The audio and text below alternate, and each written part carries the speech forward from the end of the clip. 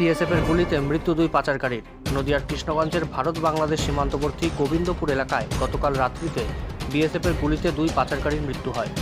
সূত্রের খবর, গতকাল রাত্রি 12টা নাগাদ বাংলাদেশ থেকে দুই পাচারকারী তার কেটে ভারতে প্রবেশ করার চেষ্টা করলে বিএসএফ তা রোখার চেষ্টা করে।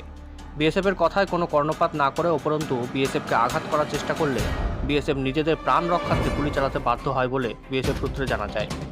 বিএসএফের গুলি চালাতে বাধ্য হলে সেই গুলিতে মৃত্যু হয় দুই পাচারকারীর। পাচারকারীদের কাছ থেকে তার কাটার কাটারি, টর্চ লাইট ও অন্যান্য সামগ্রী উদ্ধার করেছে বিএসএফের 32 নম্বর ব্যাটালিয়নের জওয়ানরা। এরপর কৃষ্ণগঞ্জ থানায় খবর দিলে কৃষ্ণগঞ্জ থানার পুলিশ ঘটনাস্থলে পৌঁছায়। এরপর পুলিশের পক্ষ থেকে ওই দুই পাচারকারীকে উদ্ধার করে কৃষ্ণগঞ্জ গ্রামীণ হাসপাতালে নিয়ে গেলে কর্তব্যরত চিকিৎসকরা তাদের মৃত বলে ঘোষণা করে। আজ ময়নাতদন্তের জন্য শক্তিনগর জেলা হাসপাতালে পাঠানো হয়।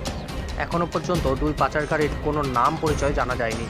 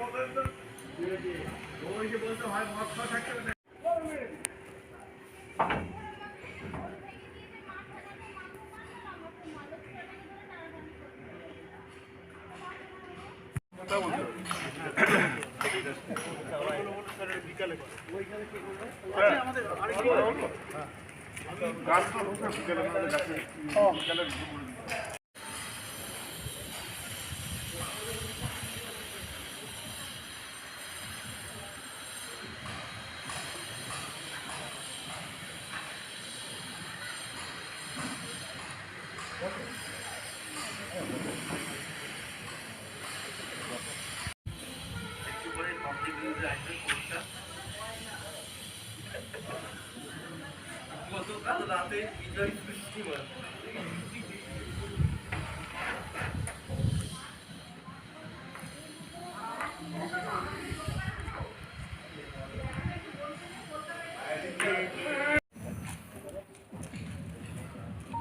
মদ নিয়েছে।